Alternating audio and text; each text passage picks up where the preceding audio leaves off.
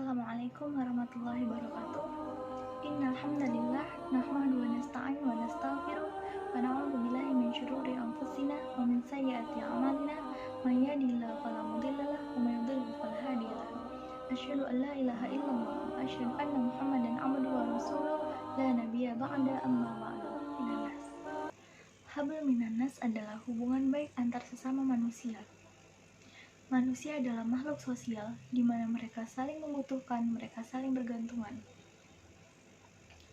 Hablum minannas ini sangat penting dalam kehidupan sehari-hari, dari keluarga, tangga, bagaimana bermasyarakat, dan lain-lain sebagainya. Islam mengajarkan kita tidak hanya berbuat baik dan berhubungan baik pada Allah saja, tetapi Islam juga mengajarkan kita bagaimana caranya kita untuk berhubungan baik dengan sama manusia. Allah Subhanahu wa Ta'ala telah berfirman di dalam surah Al-Imran ayat 133 dan 134 yang berbunyi, wasari'u ila maghfiratin min rabbikum wa jannatin 'arduhas samawati wal ard u'iddat lil muttaqin, yang artinya, dan bersegeralah kalian untuk meminta ampunan kepada Allah, karena sesungguhnya surga itu seluas langit dan bumi, yang diperuntukkan bagi orang-orang yang bertakwa. Lalu Allah berfirman lagi di dalam Al-Quran surah Al-Imran ayat 134 yang berbunyi, alladzina yunfiquna fis sarra'i wad dharra wal kadhiminal ghaidh wal 'afina 'anil nas wallahu yuhibbul muhsinin, yang artinya yaitu orang-orang yang berinfak di waktu lapang maupun waktu sempit, dan orang-orang yang dapat menahan amarahnya kepada orang lain, dan Allah mencintai orang-orang yang baik. Saya akan menjelaskan tentang ayat ke-133 terlebih dahulu. Nah, 133 ini Allah telah menjelaskan kepada kita bagaimana caranya jika kita berbuat dosa. Nah, kita itu harus senantiasa mengingat Allah dengan cara beristighfar, karena istighfar itu bisa menghapus dosa-dosa kita sedikit demi sedikit. Ibaratnya ketika kita dilahirkan ke dunia, kita itu ibarat kertas putih yang belum ada noda sama sekali. Nah, gimana caranya membersihkan noda-noda itu? Dengan cara mengingat Allah dan meminta ampunan kepada Allah, beristighfar. Muhammad SAW saja seringkali beristighfar dan meminta ampunan kepada Allah Subhanahu wa Ta'ala. Padahal beliau pasti masuk surga, karena surga sudah di depan mata beliau, tapi beliau tetap meminta ampunan kepada Allah Subhanahu wa Ta'ala. Dan pada ayat 134 surah Al-Imran, Allah menganjurkan untuk kita, orang-orang yang mampu, berinfak. Karena apa? Salah satu dana yang digunakan untuk berdakwah adalah hasil dari infak. Infak itu tidak hanya untuk anak yatim saja, tetapi bisa untuk masjid, bisa untuk dana dakwah, dan lain sebagainya. Di dalam ayat 134 ini juga menjelaskan bahwa orang-orang yang bisa menahan amarahnya itu adalah orang-orang yang baik. Kenapa demikian?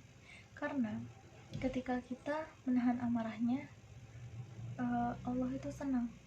Saat kita marah itu, syaitan itu bisa merasuki kita dan menjadikan kita berbuat yang enggak-enggak. Lalu Allah berfirman lagi di dalam Al-Quran surah Al-Hujurat ayat 10 yang berbunyi, innamal mu'minuna ikhwatun fa aslihu baina akhwaikum wattaqullaha la'allakum turhamun. Artinya, sesungguhnya orang-orang mukmin itu bersaudara, maka perbaikilah hubungan di antara mereka jika mereka berselisih.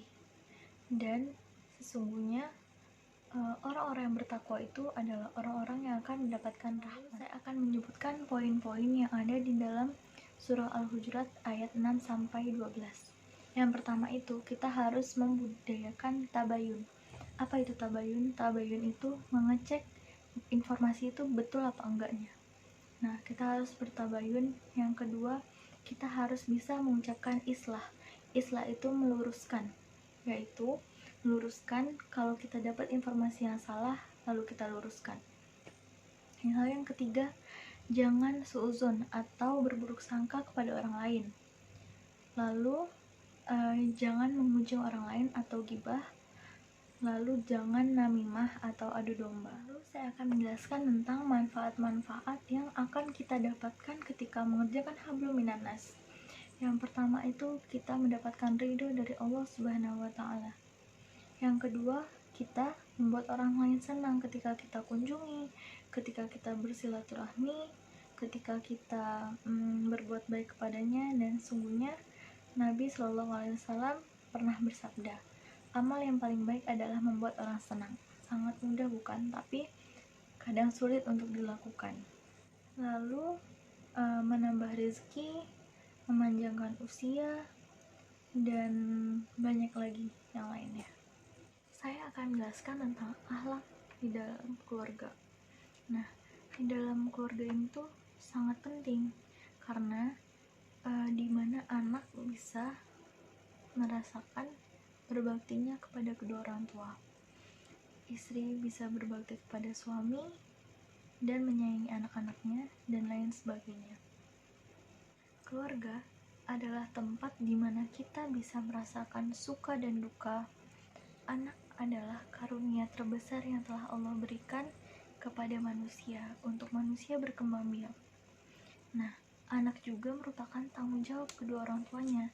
Tidak hanya tanggung jawab berupa pendidikan dunia, tapi pendidikan akhirat.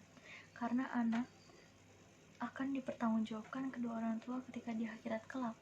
Apa yang diperbuat oleh anak tersebut dan lain sebagainya. Lalu untuk anak wajib sekali berbakti kepada kedua orang tuanya. Seperti sabda Nabi Shallallahu Alaihi Wasallam, ridollahu fi ridol walidaini wa sakhotullahu fi sakhotil walidaini, yang artinya ridho Allah tergantung kepada ridho kedua orang tua dan murka Allah pun tergantung kepada murka kedua orang tua. Lalu saya akan menjelaskan tentang akhlak dalam bertetangga atau bermasyarakat. Nah, contoh kecilnya bertetangga, kenapa kita itu wajib sekali untuk berbuat baik kepada tetangga? Karena Rasulullah SAW pernah bersabda, wahai Abu Dzar, jika kamu memasak makanan berkuah, maka perbanyaklah kuahnya dan perhatikanlah tetanggamu. Nah, ini itu contoh bahwa Nabi Muhammad SAW mengajarkan kepada kita untuk berbuat baik dengan cara berbagi kepada tetangga. Karena ketika kita pulang dari manapun pasti kita melewati rumah-rumah tetangga kan. Nah, kita pasti harus tahu apa nih yang sedang dibutuhkan oleh mereka. Jika kita mampu, maka berbagilah. Dan dari saya, semoga yang saya sampaikan tadi dapat bermanfaat untuk kalian semua dan untuk saya sendiri. Maaf jika ada salah kata ataupun salah perbuatan, karena kesalahan hanya datang dari saya dan syaitan, dan kebenaran hanya datang dari Allah Subhanahu wa taala. Akhirul kalam, assalamualaikum warahmatullahi wabarakatuh.